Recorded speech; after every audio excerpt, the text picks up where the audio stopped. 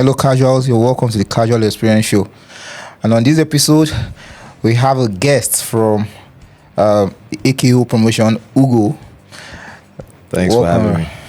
And this is like first time we are sitting in close proximity. I've always just been seeing you in TV. Okay. And when the first time I saw you, like I was close to you, was AKO 5. And I was so in awe of your commentary. Yeah, you were the guy with the crazy friends that were just going mad at the back, man. That was the first time we were seeing fights live. Okay. That was the first time for me. In Abuja? In Abuja, yes. Yeah, I mean, and sorry to cut you off, but that was one of the best AKO shows we've had. Okay. And it was all down to the guys in the crowd, you know. The crowd was wild. The fighters loved it more than we did, you know.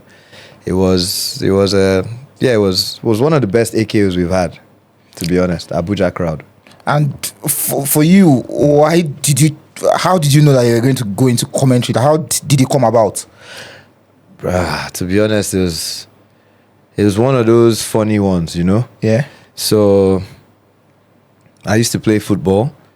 Then I retired. I'm an old man, you know, but there was still too much energy, and I didn't like playing football in the park anymore, to be honest, you know. I was just looking for something new. So one of my friends invited me to his fight gym. Yeah. So I went to his fight gym. And in Nigeria? Yeah, in Nigeria. Got beaten up by some girl. So I was like, you know what, I'm going to sign up for this. And then I now moved to another gym when things started getting a bit more serious. And just for fun, anytime we're fighting in the gym, especially if someone comes late, whoever comes late, we always have a shark tank, you know. So we go from where we actually spar to, we call it the ring of fire. So we have a ring like towards the end of the gym. For the casuals, someone like me, and for the casuals watching, what's a shark tank? So a shark tank is, normally everybody has, on spar day, we have like 12 rounds, 12 3-minute rounds. You know, now if you come late, you have a shark tank. So in those 12 rounds, the first 5 rounds are compulsory. You cannot rest until you've done your first 5 rounds. Break. No break. Now, a shark tank is after we've finished sparring, you get in the ring, and every time the bell goes for the end of the round, another person comes in and you stay in there for coming late. How many minutes round is that? Same thing we just did, but you're going to have 5 straight rounds again. Okay. Yeah, so that's a shark tank. And then you rock commentary. Yeah, so I used to run commentary on that. Because I look at you guys' job, and I'm wondering, like, you're looking at the fight from a fan's perspective, and also trying to analyze every single movement of what's happening there. How do you hold up the process in looking at it and then processing it and saying it? So pretty much we just watch like fans. Yeah. And then we try to explain it to people we want to become fans, you know, or people that might not really understand what's going on, you know. So we pretty much just watch the fight and talk you through it, you know. Like, imagine if some guy is watching it on the radio, or if some guy is looking at some guy on top of some guy and he's thinking, punch him now. He doesn't know why that guy can't punch him. Yes. He doesn't know that guy has wrist control or something. Yeah, so you just kind of... And it has to be an appropriate synergy between you and your other colleagues. Like, in the world of commentary, I'm always hearing color commentator. I'm always hearing commentator. Who is who? Like, it's like there's someone actually talking about what's going on. There's another person adding color to it. Okay, I get what you mean now. So it depends on who you're working with. Yeah. So for AKO, when I work with Victor, you know, Victor, he was not originally he's not an MMA commentator, you know, he's a football commentator. Okay. He's a sports journalist, you know, so sometimes Victor can be into too many sports, you know. Yeah. But he's very experienced, you know, he's great with the sponsors, he knows the technical language to use and all of that, you know, for TV, the TV language. That must be a lot of data downloading, Yeah, it's his job. He knows how to do that thing. Now, me and Oche, on the other hand... Oh, is Oche Young Jollof? Young Jollof. We used to fight, you know, so, and we're fans as well, you know, like, this is... First time we're doing commentary is only on fights. That's what we wanted to do, you know. Okay. So Yeah, the synergy with me and Oche is a little different with me and Victor. But when you now have me, Victor, and Oche, it's also a different type of.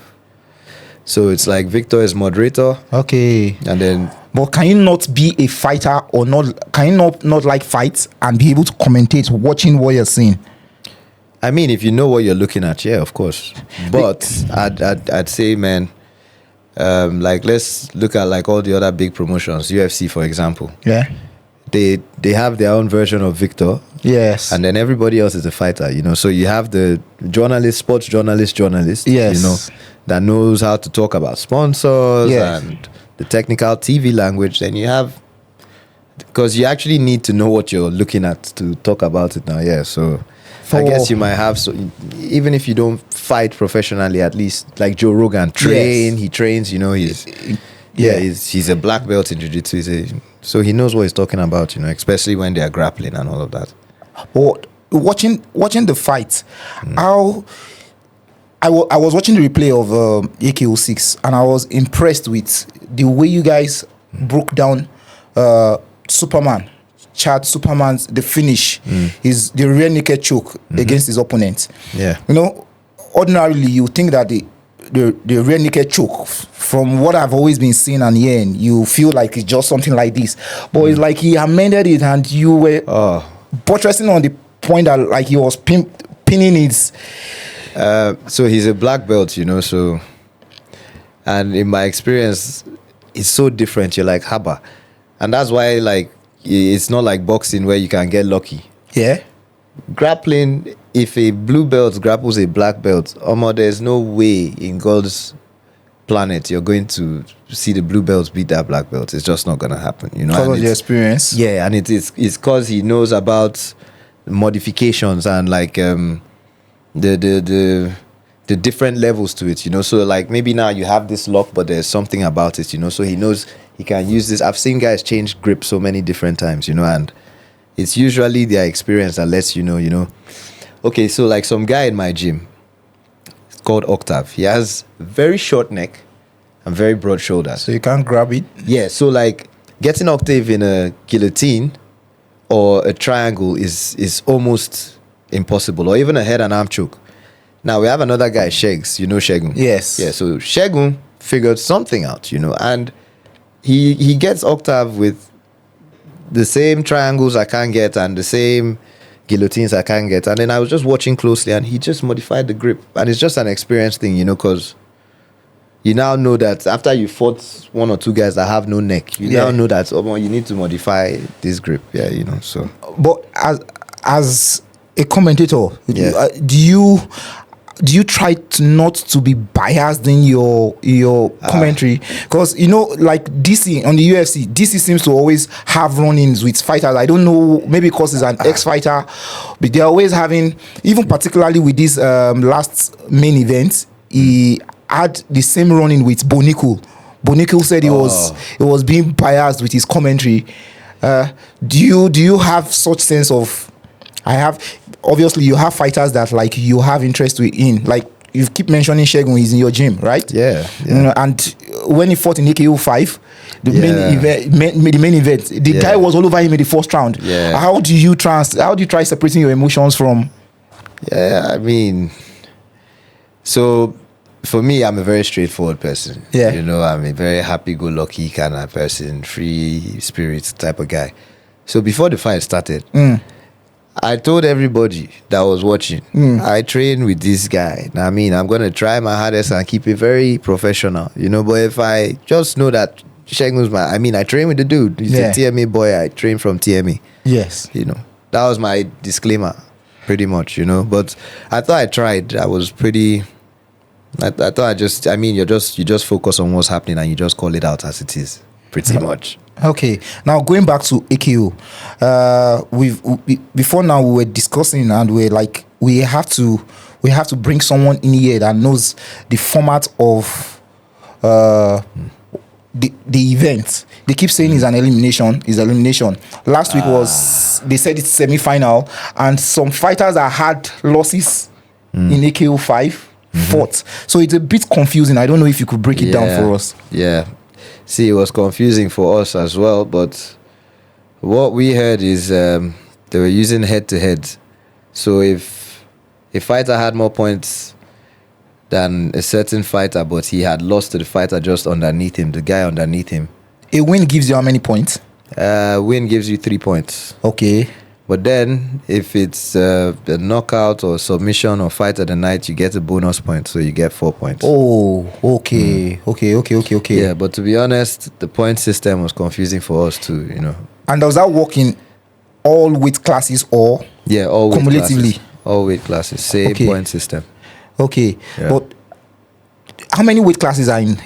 They don't seem to have heavyweights, do they? No, but we have light heavyweights. Okay. Which I don't know, man. Some of those guys in that light heavyweights are big boys. Yes. You know, some of them are heavy, man. Yes. Even in the main events, AKO 6, we were rooting for Ayana. No chance. I love Jack Hill, man. I like him. I really like him. Like, he's a respectful, nice Port Harcourt boy. Yes. His style is very slick. Sweet. He's very good on his feet. Sweet. We always told him that, "Hey, man, you're wrestling. We need to work on your wrestling." Nigeria boys, I don't know why they just don't. Not only wrestling, your jiu-jitsu, you know, you need to know how to fight on your back. Yes. But I think that's where... But how about the weight difference? They said if they're fighting, I don't think they were in the same... Nah, I don't think the same thing too, but Ananias made weight too. Okay, now does the same weight cutting system, does it work the same? No, so some guys don't even have to weight cut. Okay. Because that's his natural walk around weight. You know, like somebody like Ayana, he probably doesn't have to diet, he probably doesn't have to weight cut, he probably doesn't even... somebody like Mulumba now, yeah. Actually, let me tell you about Yahuza's weight cut. Yes. Now, Yahuza had to drop, when they landed in Lagos on Wednesday, the weigh-in was on Friday, Yahuza had to drop 4 kilograms.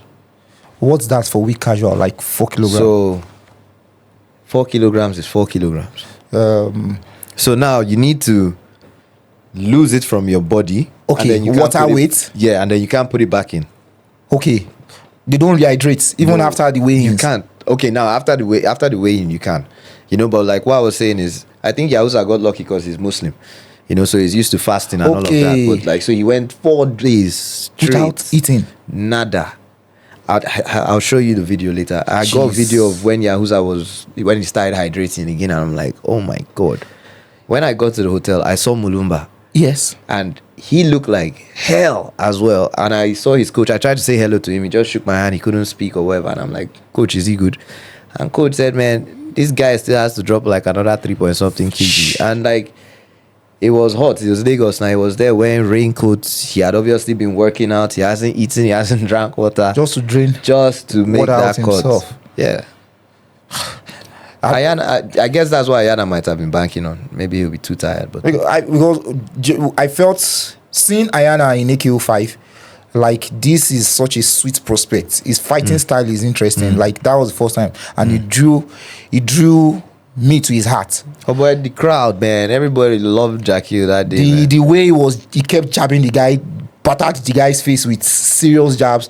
And when I saw that it was now the main event in AKO 6, I said, oh, AKO is up to something. They're trying to build up this guy. And then one of our colleagues there, Black Child, made mention that in the same weight class, but Mulumba is ranked number 1. Mulumba is unbeaten. He has like 12 points. Yes. I've watched. He's my wife's favorite. My wife can't. Hey, Mulumba. She must be a fan of grappling. Hey, Mulumba and Flex. My wife cannot get enough of them. You know, like she's like they're the best in the world. These Congolese guys, nobody can touch them. And I can't even shout because I didn't know Mulumba was that dominant. He hasn't lost. And like I went and I watched all his fights. Yes. He's dominant in the fights. Like it's not a play. He's really good. I don't even think it was just that he was a bit heavier than Ayana. He was just better everywhere. Yes, but do you think the ring size would have mattered? If it was a bigger octagon size, because we made comment to it. I don't think Ayana had anywhere to run. Oh, really? You know, if he had space to move about, like you can only. I mean, he was always on the back foot. Yes. And I'm always going to be faster than you coming forward than you are moving back. Oh. You know, so if you slip my 1, 2, 3, then I'm just gonna add 4 and 5. You get, and I'll just speed it up. There's no way. So you're looking at it from a fighter's perspective, was it all loom and doom for him from the beginning? I was hoping he could bob, weave, have good footwork, and I didn't know. I went and I watched Mulumba again, and I'm like, come on, this guy is good on the feet. Yeah. You know, but I was just hoping Ayana is a lot slicker than this, and he couldn't run anywhere. Mulumba wasn't just rushing him. He was setting traps, you know. It was a freakish, not just freakish, it was scary to watch. Dominant, yes. Yeah, it was a really dominant performance. He was in his head. I know where you're gonna go, bro. I've watched your videos. When I do this, you do this. When I do this, and he was catching him every time. And then when he just got tired of that, he just took him to the ground. I before now, I used to think surviving rounds is a part of fighting. So I was thinking, after first round or second round, this guy will probably be tired. Just like the Eco 5, the first round, Sheikh's main event, the guy was all over him, and like a wet blanket, man. It's just. No, it wouldn't tire out. Are there times, from your own job perspective, are there times that you've had? What's your most memorable experience with Echo? Come on now, that's not even hard, man. That's Sheikhs versus Marcel. The head kick. Which event was that? AKO 5. AKO 5. Yes, that Marcel. Boy, because. Shegun had been very inconsistent before that. That was one. Then we had seen Marcel's power against Drami. Yes. We were freaked out. And Marcel did not say a word. He was in this Nigeria for how many days? He didn't say a word. When they landed, we got them from the airport, took them to the hotel, checking in. He did not say a word. Doesn't speak English. Way in. Half of them don't speak English, but they'll still communicate with you or tell their coach. He wasn't speaking to his coach. He didn't say a thing. Those his sunglasses, he didn't take them off. Press conference, he came out there, stood there, press is asking him questions, took his picture, Drami came out, gave him his best shot, took it, gave Drami back, We were freaked out, we were worried about how is this? Yeah, man, we were telling Shegun, dude, if this guy touches you once, man, like, bro, it's on. And like he touched Shegun. As in, and he dropped him. Yes. Shegun dropped. I said, oh my God. I was sound of kicks and punches. I was like, what is this? Yeah, but like the head kick, and I saw him set it up. And it's funny because we drilled the shit out of Shegun. We drilled him for that fight camp. We were on his matter. So you watching it, the setup of the kick. I knew you must have knew. I knew it was coming. And I'm like, no, he's not gonna do it now. Pow! It's in land. Are there been times where you were probably commentating and then you were lost in the beauty of what's going on? Then you be hearing director. That AKO 5 director was go commentary. See them. They've left their chair.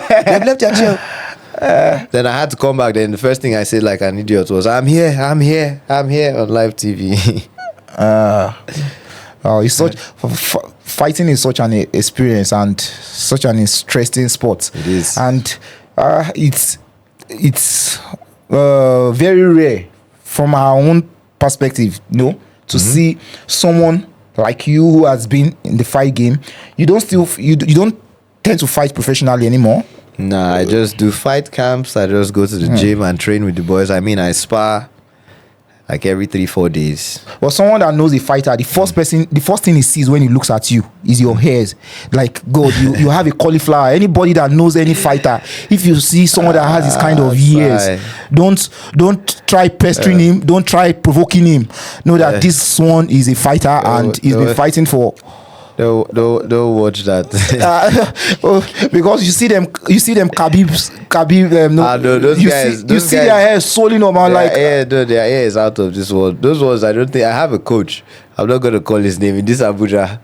He can't use, like AirPods and all those. Because he keeps slipping out. His hair is swollen, Abi. Yeah. Well, we black, we have thick skin, so it's difficult to even get it. And when it happens, boy. Yeah, but I think I'd say that's the. I got the worst one I had was from a knee. Okay. Every time I get cut, it's from a knee or an elbow. I can see most of the cuts on your face. Because you grapple. Like I grapple. Do you grapple more than striking? What's your these days? I think I do both the same. Okay. Yeah. But I'd say I'd rather the stronger part of my game is my grappling. Okay. Yeah. You just want to take Guy, someone down and let's just let me clinch you. I beg, keep your hands to yourself. I have a friend that doesn't like that style. No.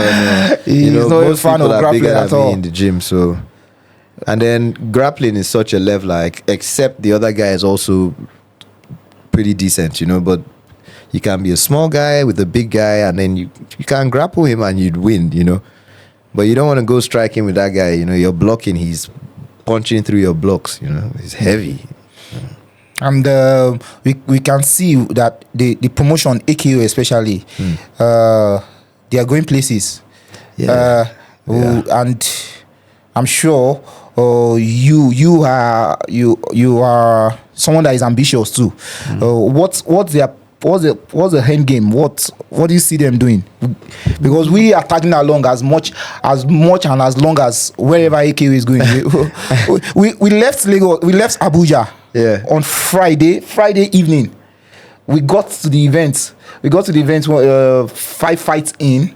Yeah. Then we started setting up our equipment and everything, and we finished and we came back to Abuja the next day. But we were so grateful for the contact we made you and a lot of other people. Yeah. And we're just happy that there's a promotion like that. Yeah, community is growing. Community is just getting bigger and bigger and bigger. And to be honest, I can't speak for AKO, but the way it looks, they just... Have you had commenting gig aside AKO, or AKO is your first commenting? No, AKO is my first and for now my only.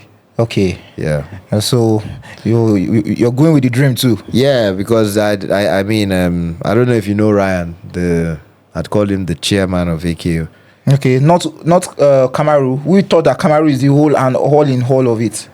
I don't know. Kamaru is also. I'd say he's co. Yeah. Yeah, it's co-owner or. Is our guy? Yeah. Okay. But you've met with him? No, just on. I've met him, but not for AKO. Okay. Yeah, and but he's on a WhatsApp group. Oh, really? Yeah, for the commentary. So he tells us if commentary is going well or not. Oh wow, that's such a beautiful thing. It's there on my phone, saved as Cam. They're calling Kamaru's man Cam. Thanks to AKO, yeah. And it's such a high hope now when you mentioned that. I'm not aware that there are a lot of MMA gyms even here in Abuja. Yeah. And just for the learning experience, you train out of what gym? TMA and Body Rocks. I train at Body Rocks. Where both of them? Well. So Body Rocks is in Silverbird. Yeah, it's on the 3rd floor, and then TMA is in Asokoro. Okay. Yeah, number 6 Husni Mubarak. Yeah. So guys, if you want to explore fighting, if you're beginning to enjoy fighting and the act of mixed martial arts, you can always pop into. Man. We have all sorts. We have from beginners to experts. We have people that just want to be fit to people that are preparing for fights, people that want to learn self-defense. We teach kids, teach old people. Yeah, so it's... Fighters come in there?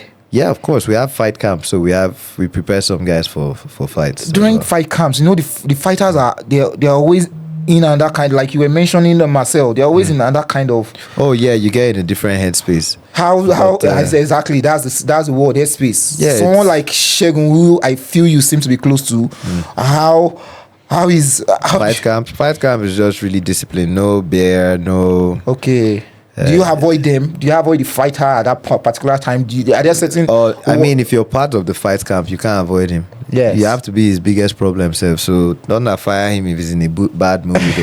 That's his problem, bro. Like, you owe me 15 rounds. I'll be 15 minutes today. That's just my own. But there are certain selection to their sparring partners. Of course. Depending on the opponents they are fighting, right? Yeah. Okay. That one, of course. So if you're gonna fight somebody like for flex, we had some heavy wrestler at the gym. Okay. Yeah, I mean, like, or if you know this guy has hands. We have a few guys at the gym. We've had like all these national boxing champions come. So if the guy has good hands, yeah, we've had few taekwondo black belts. They come out there with all their spinning stuff. So if the guy is a kicker in Nigeria, yeah, in Abuja, let's not even go too far. In Abuja here.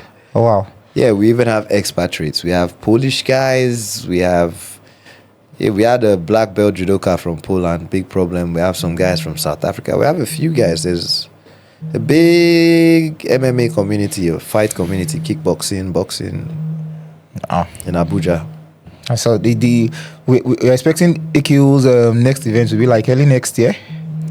It might even be in December. Really? Yeah. I think it might be in December. Like the continuation of this this elimination. Who might be Abuja, Lagos. I think it might be Abuja. That'll be convenient for us. I think it might be Abuja but I'll find out from them. I'll make sure. Okay. And let you know. We've been able to pick your brain. I hope I've asked some vital questions that people like me that just likes the act of.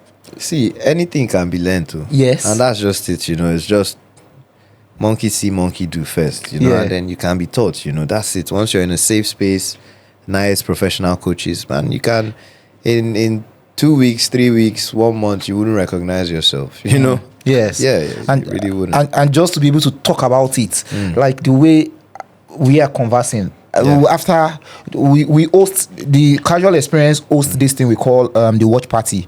Okay. It's always every pay-per-view. We hold it every month. Where we are in an apartment. The equipment are set up in different angles, and we watch the fights, UFC fights, and just capturing reactions. All the moments and reactions. Yeah, so it's always such a sweet moment for us, and just to be able to talk about it, discuss it, and hearing from you like a professional, someone that knows fights, the nitty-gritty of fight, and commentates on it